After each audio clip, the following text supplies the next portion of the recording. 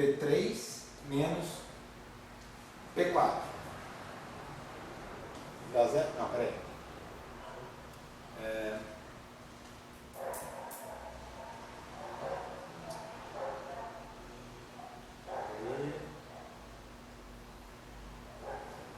Na verdade, você tinha P1, chegar do outro lado ainda tem que ter P1, né? Então acho que aqui. quero Na verdade, a soma desses três aqui. tem que ser a soma dos três tem que ser o que está entrando. É, a soma dos três que está entrando. Eu tenho que garantir conservação no momento em cada um dos vértices. É isso. E aí, para garantir conservação no momento nesse vértice também, aqui tem que ser o próprio P1. Ou seja, eu tenho uma delta de conservação. Eu vou associar um propagador com essa linha, um propagador com essa linha. Vou ter uma delta de conservação que, por inspeção, fazendo diversos exemplos, essa delta de conservação sempre vem com 2π a quarta juntos. Tá ok? Para cada vértice eu atribuo um fator desse tipo. E para cada momento independente, nesse caso aqui eu tenho esse e esse. Essa linha já é um momento independente das outras. Para cada um desses, eu realizo uma integral com um fator de 2π a quarta embaixo. Ok? Ou seja, as regras de Feynman no espaço de momento podem ser facilitadas agora, né? Para cada linha eu atribuo um momento, faz com que a conservação de momento em cada vértice seja verificada. Para cada uma dessas linhas eu atribuo um propagador, tá ok? Multiplicando tudo tem que ter uma delta de conservação de momento vezes 2π a quarta e no final das contas integro sobre os momentos, sobre as linhas internas com momentos independentes, tá? Então eu poderia já sair daqui direto para cá de forma mais simples. Isso daqui também é geral, a gente viu com um exemplo, mas é geral. Em geral você pega um gráfico, pode pegar um gráfico mais complicado, faz essa atribuição de momento a cada linha interna e obtém a expressão matemática dessa forma. Ok? Como eu mencionei, se vocês fizerem essa integral, você vai encontrar um problema, que é um problema de divergência. Então, aquilo que interessa para a gente, na verdade, é só o miolo de cada gráfico. O termo correspondente a essa delta de conservação não interessa para a gente, não tem muito o que fazer com ele. É só uma expressão da conservação do momento. O termo correspondente aos propagadores externos não estão sendo integrados, então não vai dar nenhum problema. Então, na hora de renormalizar, a gente pega um gráfico, nem considera as linhas externas, a gente amputa as linhas externas e calcula o que está no miolo do gráfico. Ok? Eventualmente, se for preciso, você vem e coloca as linhas externas multiplicando os propagadores. Tá? Então, quando a gente for analisar algum gráfico para frente, vai ser sempre tomando esse ponto de vista.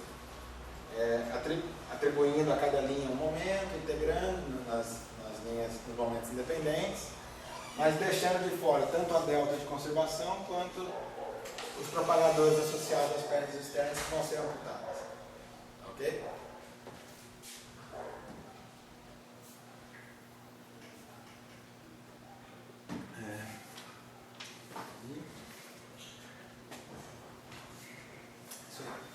No começo eu fiquei me perguntando por que eu integro em P3 linha, P4 linha e não integro em P2 linha. Mas na verdade são dois integrantes, são dois pernas.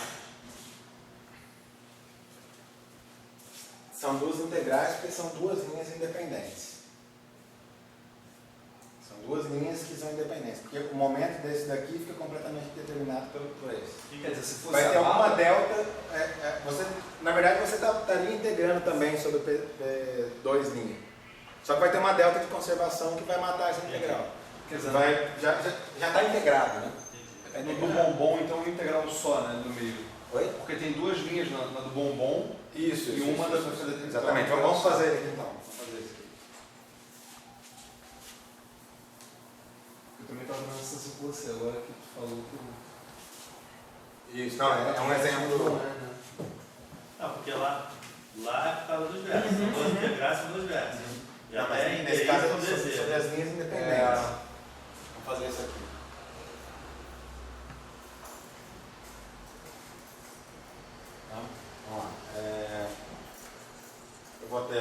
digamos que eu tenho certo P1, P2, P3, P4.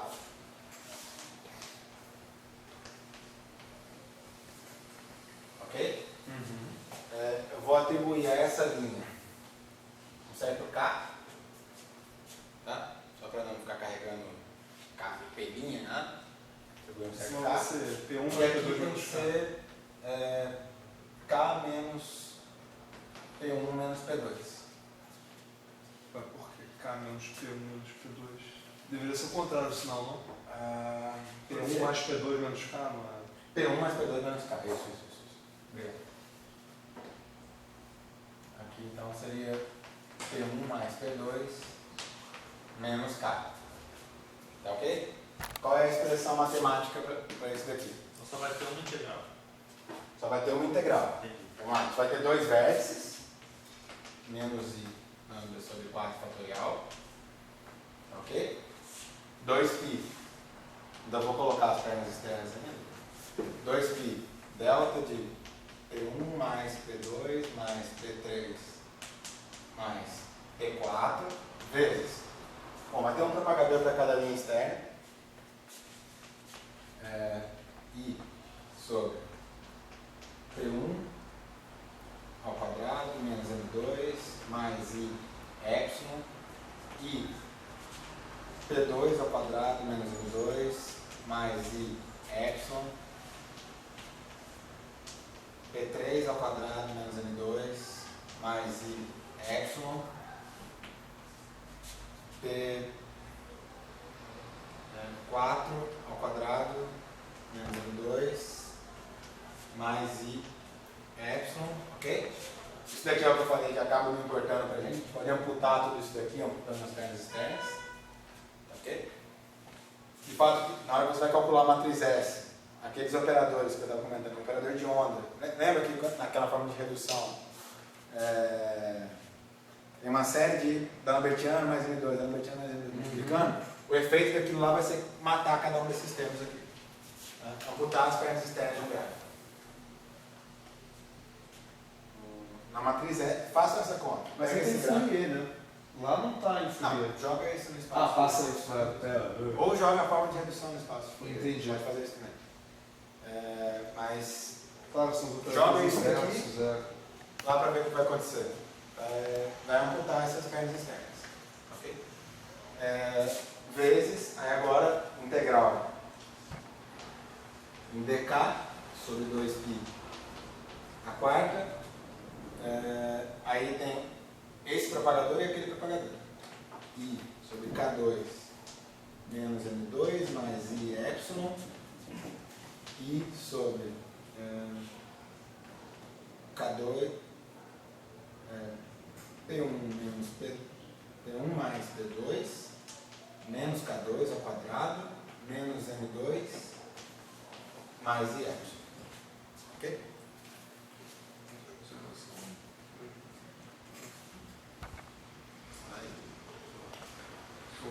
Deixa eu fazer uma pergunta. Quando a gente fez no espaço de configurações, aparece para cada propagador aparece um fator menos I, né? Então aparece menos I aqui. Aqui no fundo é dividir por I, né? Para cada propagador.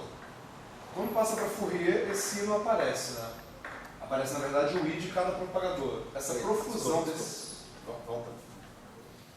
Tipo assim, quando tu faz a fórmula por exemplo, do pôr do sol, em configurações aparece esse menos I a quinta aqui.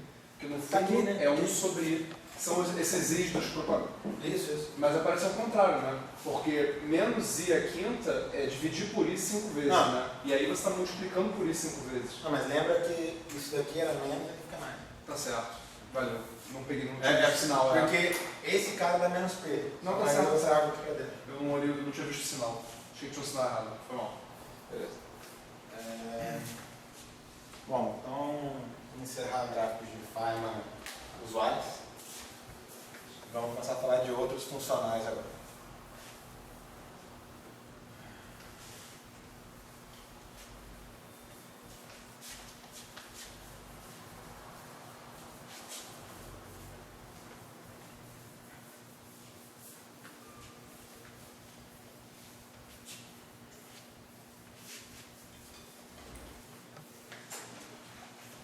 funcionais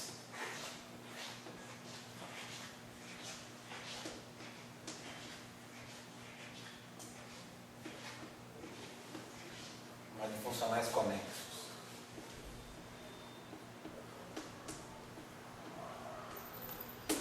Isso é uma abreviação para funcional gerador das funções de Green conexas. Ok? Vamos lembrar uma teoria livre. Teoria livre.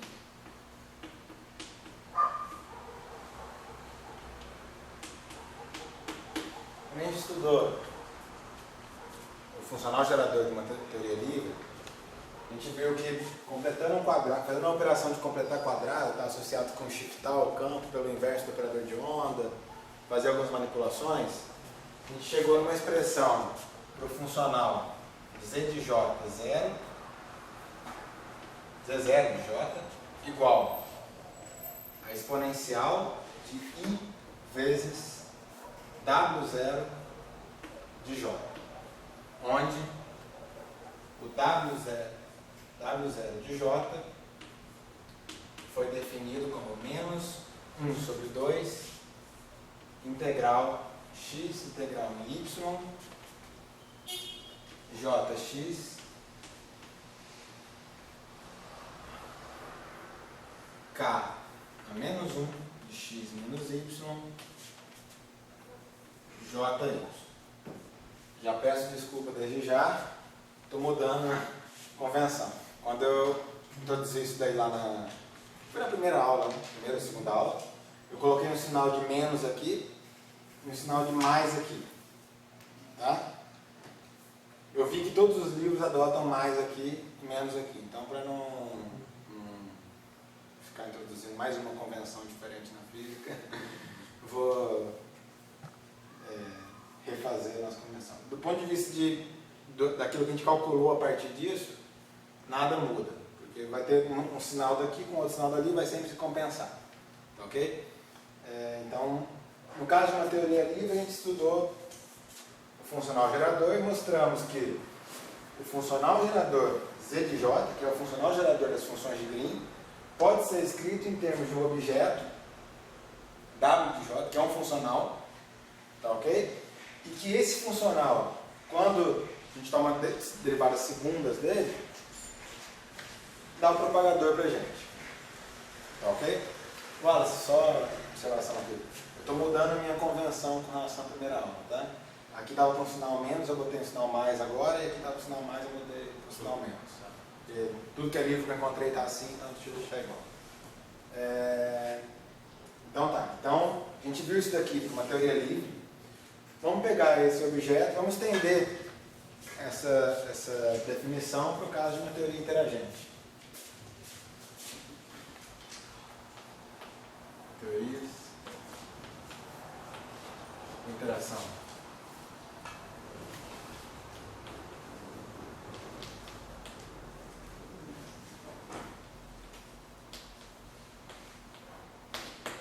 Vamos atribuir, vamos introduzir um funcional w de j, ok? Cujo funcional gerador pode ser obtido a partir de sua exponenciação. Então, vamos definir um w de j tal que z de j é igual a exponencial desse w de j. Ok, não fiz nada demais até agora. Só definir um objeto e nada mais. E assumir que ele é definido de forma com que o w de j, que o z de j seja escrito dessa forma. Além disso, vamos definir funções de Green, chamadas funções de Green conexas, como sendo funções de Green, que seria uma definição. Definição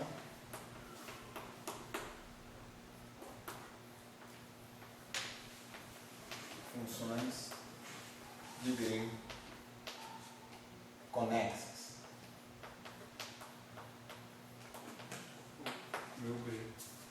Funções de conexas. Isso. só falo isso porque se você vê isso na sua aula Não, eu vou depois... ficar puto, por exemplo.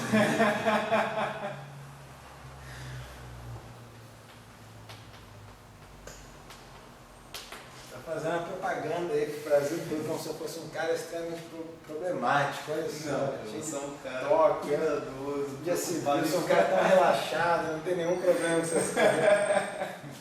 Vamos definir funções de Green conexas como sendo valor esperado no vácuo.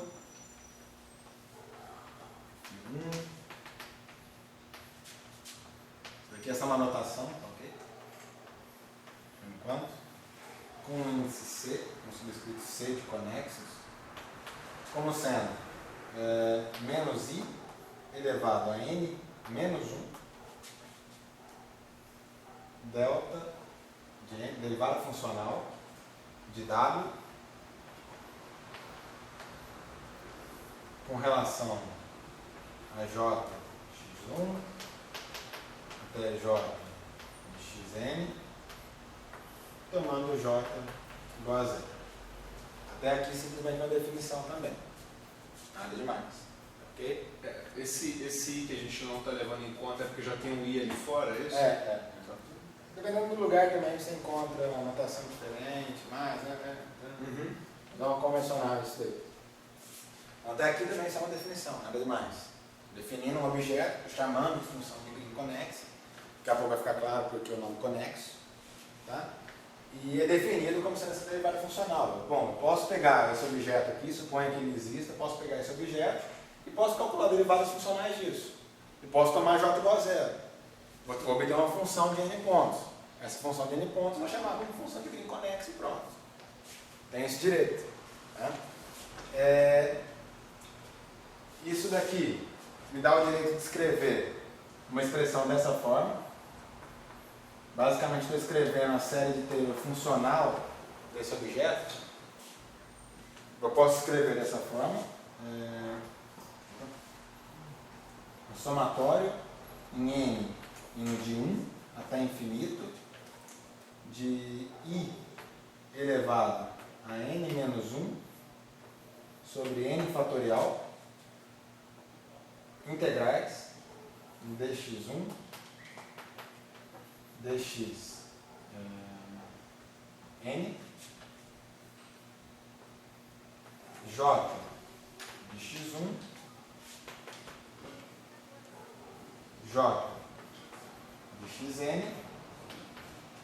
Bom, a série de Taylor funcional disso daqui envolveria o quê? Aqui eu teria derivadas funcionais do meu funcional. Tá? Só que a derivada funcional eu já chamei de função de Green. Então eu vou colocar aqui.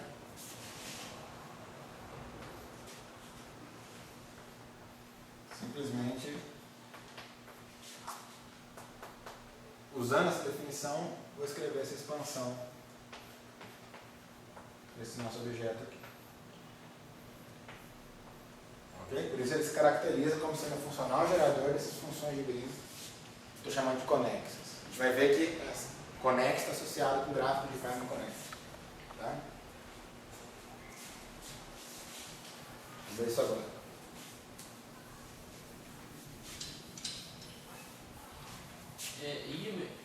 N menos 1, senão você desconsiderou a ordem zero. Isso, sim, uma observação importante. Veja que aqui eu estou começando de N igual a 1, tá? Por que eu estou começando de N igual a 1? Porque, digamos que eu tome J igual a 0. Poderia vir aqui e colocar o termo N igual a 0 também. Ele me daria W0, W de J igual a 0. Uhum. Só que W de J igual a 0, veja aqui, né? Isso daqui implica que W de J 0 vai ser o log de Z de 0. Só que o log de Z de 0, o Z de 0 é igual a 1, logo o log de Z de 0 é 0. Então, isso daqui é 0. Então, não estou colocando o primeiro termo simplesmente porque ele se anula. E a primeira ordem, então, só tem um I elevado a zero? Isso. É só porque eu estou colocando esse I aqui. Ah, tá. Só para ficar consistente com algumas... Entendi. Mas também é uma questão de definição. Não, entendi. Eu poderia vir aqui e colocar, mas aí não definir com esse I aqui, mas Tá bom. nada demais, só uma questão de convenção também, tá? isso daqui, essa escolha está consistente com isso. Tá? Eu poderia ter colocado só N. E aí depois você vai você multiplicar o I, É. dá Mas, vamos lá. Em primeiro lugar, vamos observar o seguinte, que essa definição aqui, ela implica que o W de J é igual a menos I log de Z. Ok? Vamos tomar derivadas funcionais disso. Derivada funcional de W de J com relação a delta de Jx, digamos, x1. Isso daqui dá menos I 1 sobre Z de J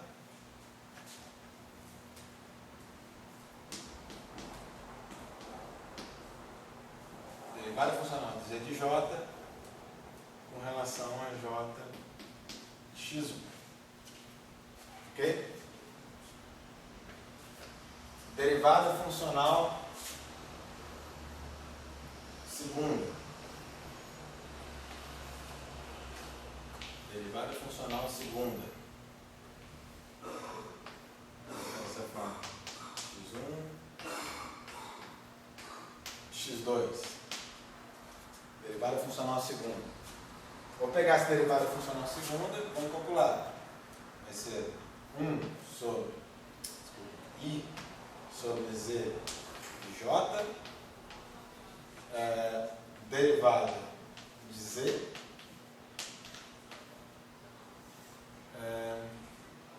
derivada de x2, x1, x2, mais I sobre Z de J ao quadrado, dz de J, dz x1, dz de J com relação a J x2. Ok? Quero trabalhar com essa expressão aqui. Então eu vou multiplicar essa expressão por menos I dos dois lados. Isso daqui vai me dar menos I quadrado aqui. Ok? E aqui eu vou ter menos. Vou colocar menos I quadrado também. Ok? E nessa expressão aqui vou tomar J igual a zero. Essa expressão é tomar J igual a zero.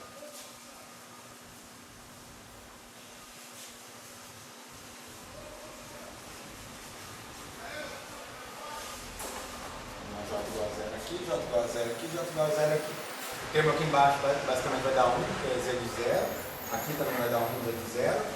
Na hora que eu tomo J igual a zero, eu tenho aqui delta de J com J1, J2, tomando J igual a zero. Isso daqui é igual a menos I quadrado, delta 2, Z de J, J1, J2, com J igual a zero, mais, menos, vou colocar assim, menos I sobre essa derivada, vezes essa derivada, J1 com J igual a zero, vezes menos I, derivada funcional de Z com relação a J, com J igual a zero. Ok? Primeiro termo, o termo do lado esquerdo, é a função de Green conexa de 2 pontos. O primeiro termo do lado direito é a função de Green. E aqui é um produto de funções de Green de um ponto. Ou seja, vácuo T φ1, φ2, vácuo, conexa, função de Green conexa, é igual aqui, ó, função de Green φ1, φ2, é a função de Green, menos o valor esperado no vácuo desses dois objetos. Tá ok? Vamos pegar uma interação contendo somente termo cúbico. Ok? Teoria com interações considerando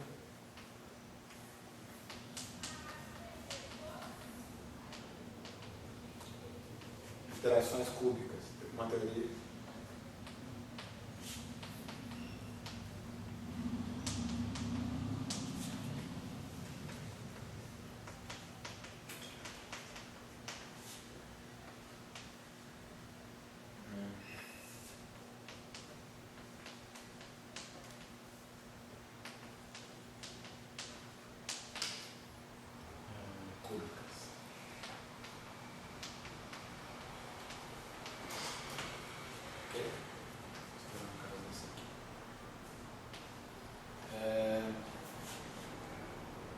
Nesse caso, a função de Green de um ponto, vamos considerar a expansão de Green de um ponto na sua representação diagramática. A função de Green de um ponto começa, bom, não tem nenhum termo com um ponto e nenhum vértice, não dá para formar nenhum gráfico desse tipo, um ponto e nenhum vértice. Então o primeiro termo vai ser um ponto externo e um vértice. Esse termo vai ser 3 vezes x e fecha isso aqui, ok? Mais ordem superior. Isso aqui vai ser suficiente para a gente. A gente vai calcular isso daí até dois vértices. Só que como isso daqui vai estar multiplicado já, então isso daqui já vai dar uma contribuição de 2 vértices para essa expansão. Tá? Uma função de 2 pontos.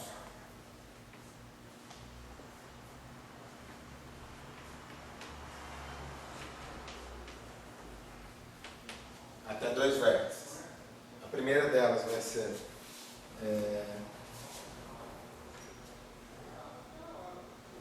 vou fazer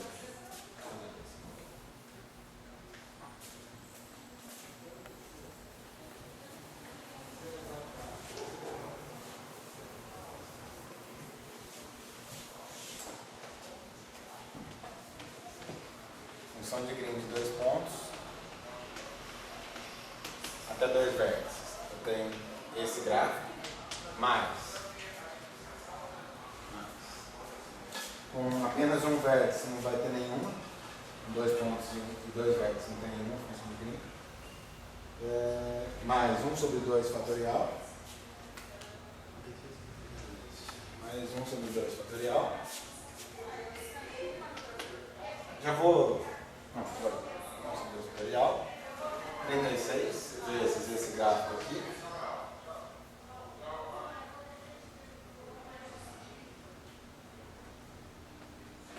Mais 36 vezes esse gráfico. Mais 18 vezes esse gráfico.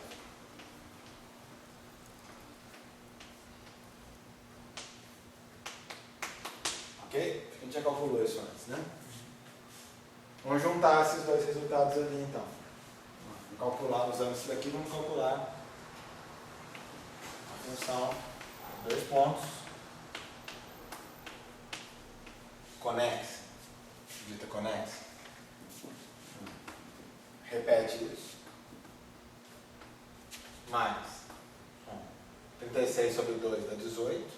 Ah, entendi. Cara, que maneiro. 18. 2 mais 18. Aí esse gráfico aqui.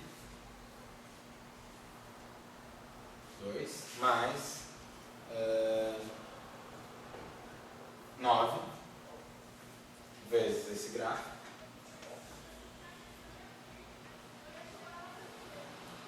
Menos, agora, o valor esperado no vácuo de Fiz X1. fit x1 vezes o valor esperado no vácuo de fit x2. Então seria isso daqui com x1, isso daqui com x2, 3 vezes 3, 9. 9 vezes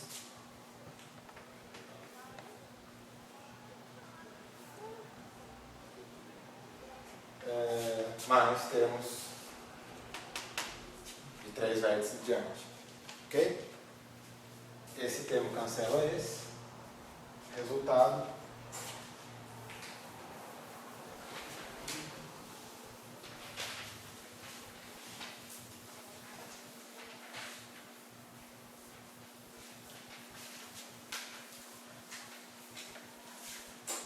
Resultado. Essa função de conexa envolve somente os gráficos de desconexos. 2 mais 18.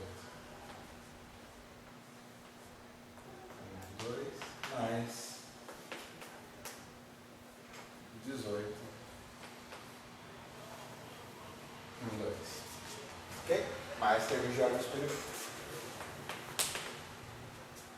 3 vértices acho que não teria nenhum. O próximo teria que ser de 4 vértices. Embora Você já define a função de Green conexa, a definição já faz com que você vá tirar os desconexos. isso. O nome conexo é dado por causa disso, né? Sim, sim. O nome conexo é Então, mas a definição que você definição dá já é tal para que- isso. É tal que ela tal que a expansão diagramática envolva somente os gráficos vai conexos. tirar os desconexos. Exatamente. Embora eu tenha feito isso por um exemplo bastante particular, uma função de 2 pontos, contendo apenas 2 vértices, contendo apenas interações cúbicas, isso também é geral. Okay? Não encontrei nenhum método de demonstrar isso em geral. O mais próximo disso foi, eu encontrei no livro do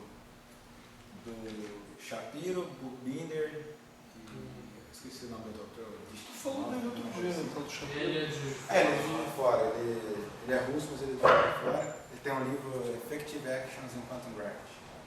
E lá tem um capítulo de revisão de métodos funcionais, e lá tem isso demonstrado, mas ainda eu acho que a conexão entre o que está demonstrado e a representação gráfica também não está tão clara assim. Mas fazendo isso dá para se convencer, né? Como no curso eu não estou fazendo nada de forma muito rigorosa, então não vai ser aqui que eu vou tentar provar a coisa mais rigorosa possível. Será que isso não tem demonstrado em nenhum artigo que os caras... Eu imagino que tenha, mas eu não achei. Sim, eu também não procurei muito. Eu Não, procurei nos livros que estavam assim na minha mesa. Isso que eu achei estranho, mas um método tão standard, Não, né? deve ter, Não ser deve tão ter. difundido. Então, o que tem lá é que ele define funções de Green conexas como sendo como é que é? Ele fala o seguinte, ele pode escrever uma função de Green como sendo uma função de Green de n pontos, como sendo a função de Green conexa de n pontos, mais a soma de todas as permutações de produtos de não sei o que lá, não sei o que lá. E mostra que essa definição de exponencial de IW é compatível com essa definição. Isso ele demonstra por indução, tá? Por indução finita mesmo. Tá? Mostra para 1, mostra para 2 e mostra, quer dizer, assume N e mostra para N menos 1. Na real tem que olhar para a expressão matemática das que não são conexas e tentar achar alguma coisa. Porque a gente só está falando que é conexo ou não porque a gente está vendo o desenho, né? Mas para poder provar isso, tem que olhar para a expressão matemática. Sim. E o que ela tem que Caracteriza caracteriza ela o como... que caracteriza é que a função de Green vai ser fatorada no produto de funções de Green. Então, essa coisa de usar exponencial, por algum motivo, faz essa fatoração sumir, esse fator de fatorar. Exatamente. Mas então, é isso aí. Funções de Green. Funcionais conexos.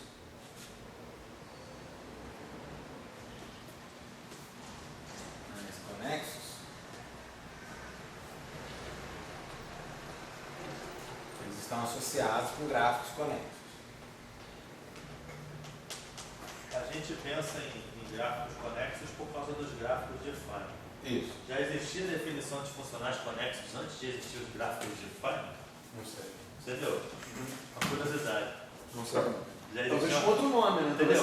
Funcionais fatoráveis. Será que existia já uma definição? Essa separação já existia ou isso foi criado depois, entendeu? Talvez existisse porque... Existia a mecânica estatística, né? Eu não sei nada disso, não me calo. Funcional gerador corresponde à função de partição. Funcional conexo corresponde à energia livre de Helmholtz. Ah, Já existia esse tipo de coisa na mecânica estatística. Não, tô dizendo assim, por que a gente... Esse negócio de não querer os conexos é porque aquelas partículas ali não interagem, né? Se fossem duas partículas.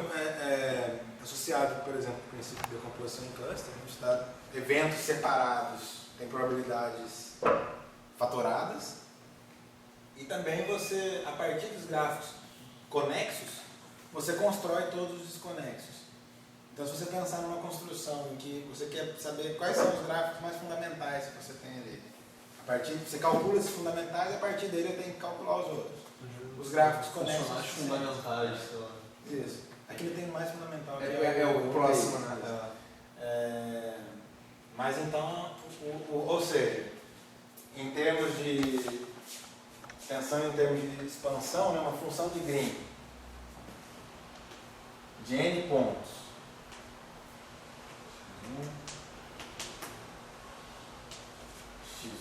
N, uma função de Green desse tipo, conexa, corresponde a uma expansão com n de 0 até infinito, de 1 sobre n fatorial, de novo coloco só por conveniência, ok? X C de n, onde esse xc significa a soma de todos os gráficos com n pontos externos associados com esses pontos, n vértices, sendo que somente gráficos conexos são possíveis e somente gráficos sem bolha de vácuo são possíveis. Se eu não me engano, não dá para construir nenhum gráfico com bolha de vácuo que seja conexo. Só já matou o primeiro. Exceto o primeiro, né? Mas ele não vai ter ponto Exceto, externo. Não, mas aí também daria 1. É. Daria 0. Porque a primeira corresponde ao sim. W0. Então daria 0.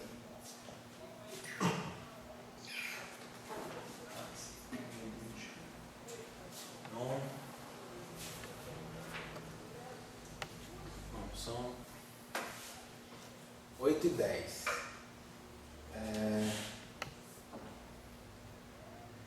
Eu acho que na aula que vem a gente já pode começar, já falando de divergência, já começar a entrar no assunto do curso em si.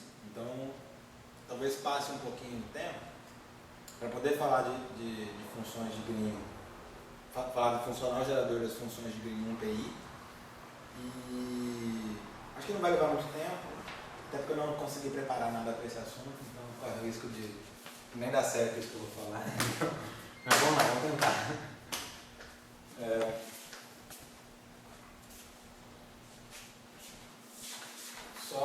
A ideia seria basicamente só tentar construir mostrar algumas identidades, só para deixar claro uma notação simbólica que aparece na literatura e que se vocês se depararem para saber o que está acontecendo, né?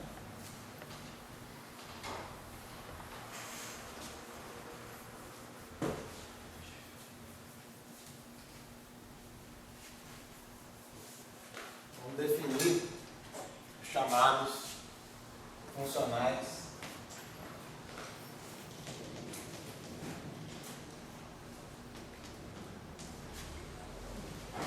um PI.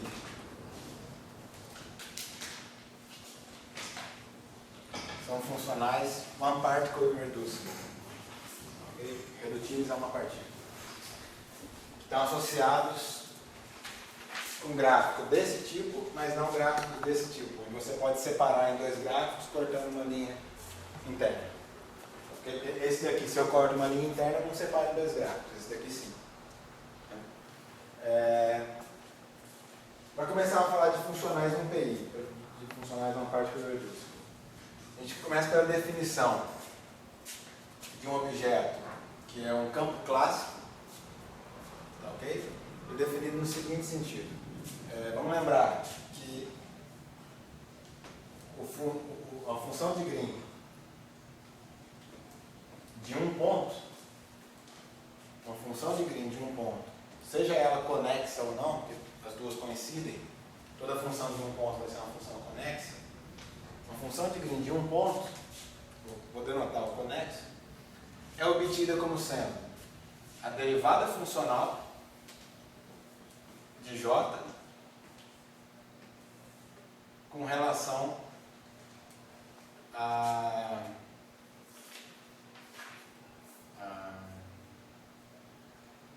Jx. Isso daqui vai te dar a sua função de Green de um ponto. Eu vou definir um outro objeto que eu vou chamar de função de Green de um ponto dependente de uma corrente externa, tá, ok? Não vou tomar a fonte igual a zero, tá?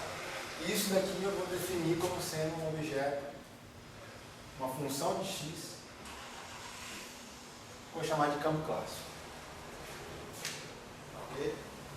Quando eu tomo j igual a zero, esse campo clássico cai no valor esperado do vácuo. Aqui já vai ficar mais ou menos claro por que isso daí se chama campo clássico. E vou adotar essa nomenclatura, né? Esse objeto aqui é um campo clássico. Para, por exemplo, calcular aquelas correções, por exemplo, de altas energias no campo eletromagnético, eles usam isso ou não? Não, por exemplo, você pega aquelas eletrodinâmicas que levam correções de altas energias. Aí você tem um campo elétrico normal, aí agora se tiver com uma energia muito alta, ele começa a surgir efeitos que mudam a forma dele. Você usa isso para calcular? Você está falando de eletrodinâmicas modificadas? Por exemplo, mas, por exemplo, acho que Born-Infeld ela vem de correções. Não, a Born-Infeld ela já é modificada a nível clássico, né? Ela Já modifica a sua ação clássica. Mas a ação clássica, a modificação dela vem de efeitos quânticos, não? Ou não sei se é essa ou tinha Não, Born-Infeld, por exemplo, acho que historicamente ela foi tanto Born-Infeld quanto a Heisenberg, eu acho que elas não foram propostas nesse contexto, não. Não, acho que não. Foi uma modificação na eletrodinâmica clássica mesmo.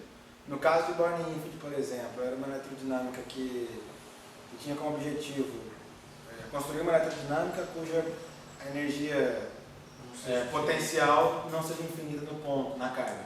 Tá? Mas aí é uma modificação a nível clássico mesmo. Não sei se é essa ou a... Olha, Heisenberg eu acho que também. Também? Essas eletrodinâmicas modificadas costumam ser construídas já pela ação clássica mesmo.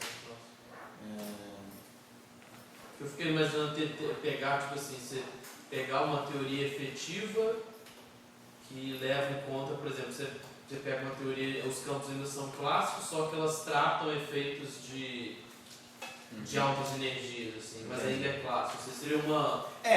Existem outras abordagens, porque esse objeto aqui, funcional no PI, também é associado com o que a gente chama de ação efetiva, né? Ação efetiva. É que você escreveu o campo clássico, aí, sei lá, me bateu essa ideia que eu já tinha visto nessas coisas de você implementar os efeitos quânticos, mas como é mais fácil resolver equações clássicas, né, você... Então, tem essa abordagem, isso daqui também se chama, esse funcional chama de ação efetiva, que é uma ação, né? Uma ação quântica, que depende dos campos clássicos e a ideia é que, eu acho que aí faz sentido isso que você está falando assim, que Por correções quânticas você pode obter termos que não estão uma teoria efetiva que contém termos que não estão na ação original. Acho que aí faz sentido isso que você está falando assim. Acho que não tinha entendido inicialmente, mas acho que a ideia é essa mesmo. Talvez a gente imagine. É que você escreveu o campo clássico, aí sei lá. Sim. Não, acho que faz sentido isso que você está falando assim. Vamos lá. Partindo dessa definição do campo clássico. Esse objeto não está explicitamente denotado aqui, mas no fundo vai ser um funcional das fontes. Tá ok? Suponha que você possa inverter isso daí. Você poderia escrever as fontes em função desse campo clássico. E a ideia é definir um novo funcional que a dependência funcional dele seja em relação a esse campo clássico e que seja obtida a partir de uma transformação de Legendre do funcional dado. Então, esse funcional UTI ou ação efetiva é definido como sendo a transformação de Legendre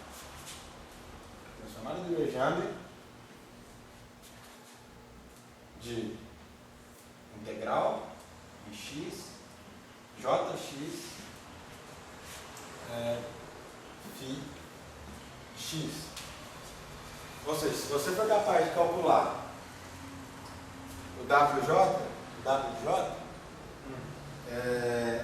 e conseguir inverter essas relações a fim de escrever J em termos de φ, você obtém a sua ação efetiva. E vice-versa, calculando a ação efetiva e usando essa relação, você obtém o funcional conexo e consegue obter, inclusive, o funcional gerador na hora que você exponenciar isso daí. Tá ok? Veja que essa definição aqui ela é consistente com a definição do campo clássico, porque se você tomar uma derivada com relação a J, ok? Ele não tem dependência explícita com relação a J, isso daqui vai para zero, sobra esse termo aqui derivado com relação a J, esse termo aqui vai dar o próprio campo clássico. Ok? Ao contrário, se você tomar uma derivada com relação a φ, tome uma derivada com relação a φ,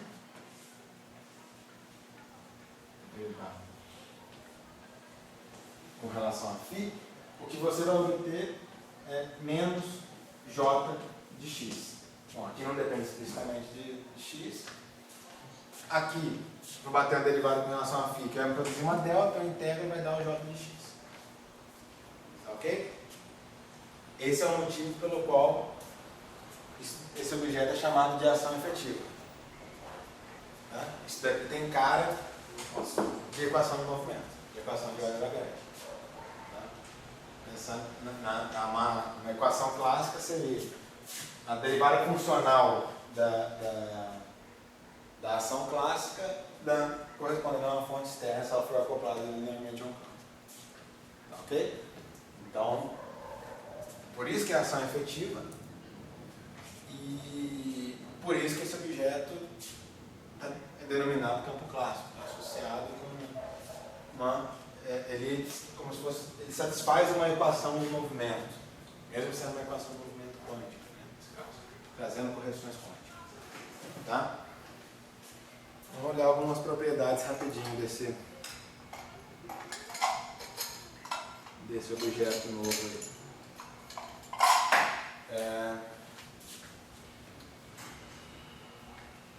Deixa eu ver.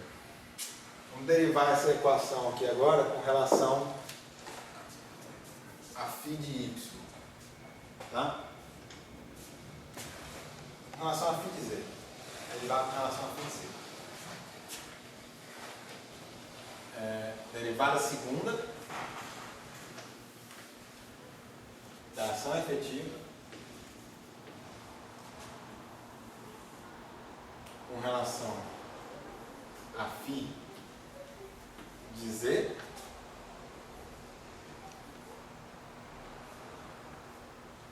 x é igual a menos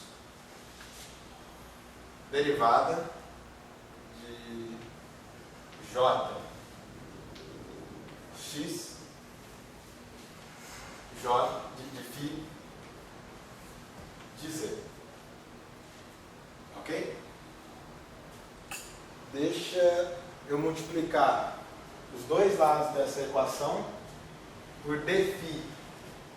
dφ de Z, dj de y, a derivada. Vou pegar essa equação aqui. Vou multiplicar por esse objeto, dφ de Z, dj de y, tá ok? E vou integrar com relação a Z. Integra com relação a Z. Então, isso daqui me dá integral de D2 de φ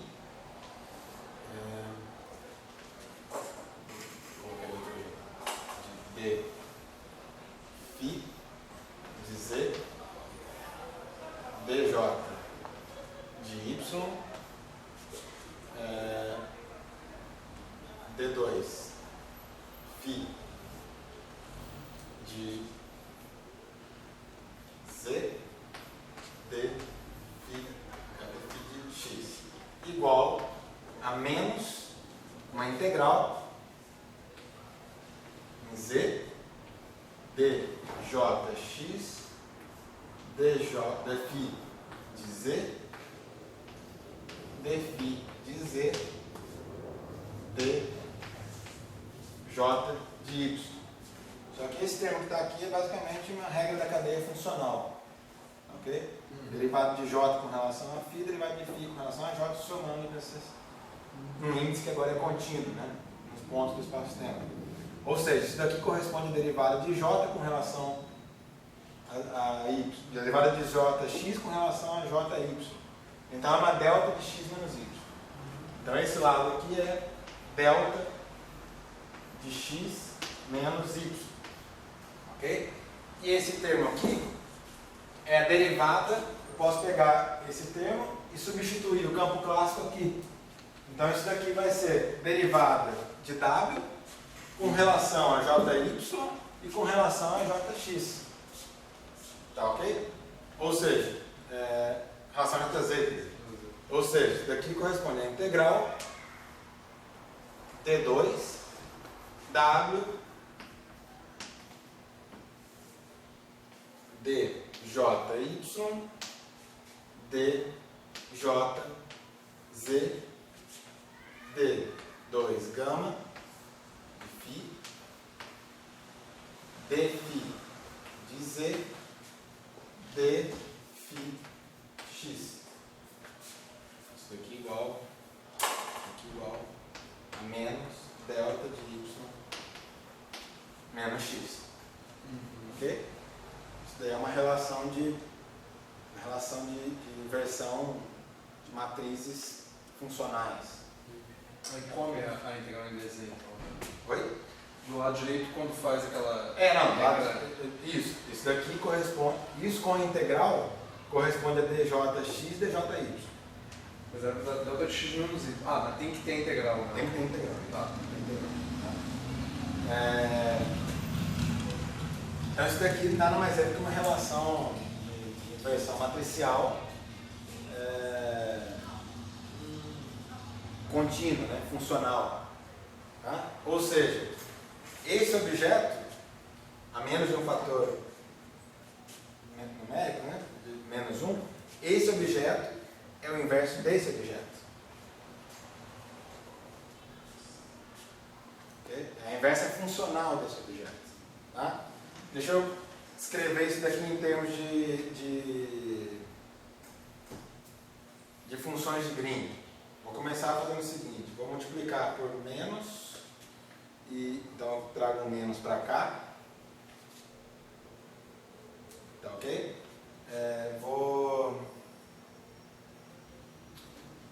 Multipliquei por menos.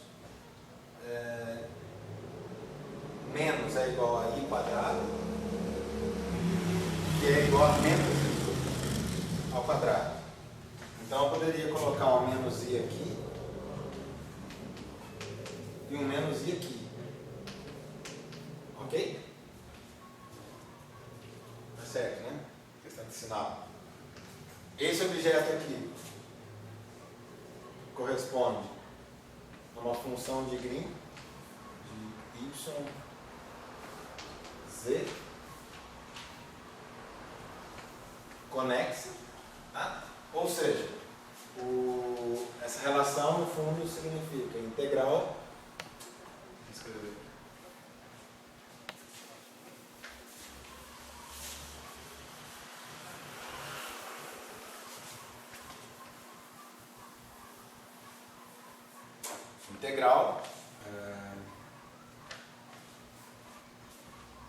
é o seguinte, integral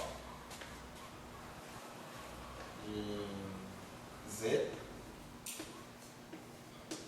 esse objeto, φ de y, φ de z,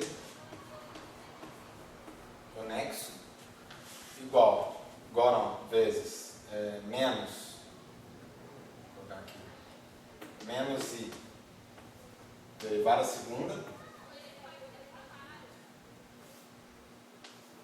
de φ, de z, φ de x, isso daqui igual a uma delta de y menos x. Y menos x. Agora sim, esse objeto é o inverso desse objeto. Ok? Ou seja, uma função de Green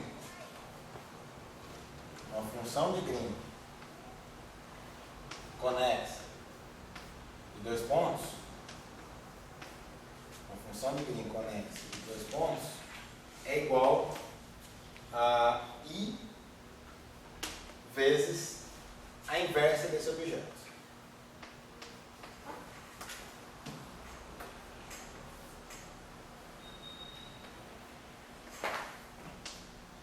I vezes a inversa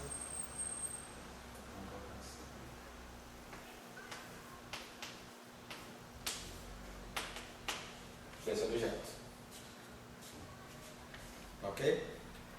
Lembra que a trilevel, a nível de arco, sem levar nenhuma correção de vértice, esse objeto corresponde a isso aqui, né? Esse objeto corresponderia a isso aqui. YZ. Deixa eu trocar por X. Esse objeto corresponde a isso, mais correções. Ok? Quem era esse cara aqui? Esse cara corresponde a I vezes o operador de onda. Esse cara era obtido, o operador de onda, quer dizer, é o inverso do operador I vezes o inverso do operador de onda. O operador de onda era obtido como? Derivada segunda da ação livre. Tá ok? Ou seja, aqui a gente tem a derivada segunda. Bom, pensando isso daqui, quando toma, isso daqui também não mencionei, né? Mas isso daqui quando toma, tomando J igual a zero nessa expressão aqui, tá? Tomando J igual a zero e φ igual a zero aqui, só para ficar claro. Aqui, digamos aqui, né?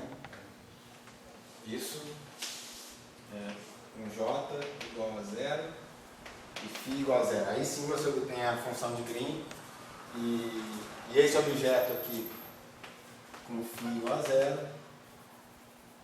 E você inverte esse objeto, você obtém a função de Green conexa. Tá? Então veja que se a gente tivesse a primeira correção disso daqui corresponde àquele operador inverso, operador de onda, que por sua vez era a derivada segunda da ação. Derivada segunda da ação depois tomando φ igual a zero. Ou seja, o que esse objeto aqui faz é justamente corrigir a ação clássica. Corrigir a ação clássica com termos quânticos. Ok? Porque isso daqui, essa expansão continua, né? Essa expansão, ela continua. Certo?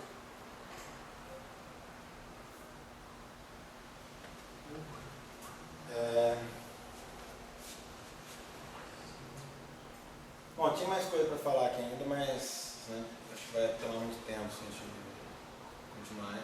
Começa a aula que vem encerrando a discussão sobre a ação efetiva. Acho que tem coisa ainda para ser dita e coisa que vale a pena mencionar. Então, eu uso um tempinho na próxima aula para isso. Hoje, tem alguma dúvida?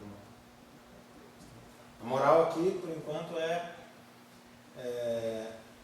esse objeto funcional 1PI, ele corresponde à ação clássica mais correções.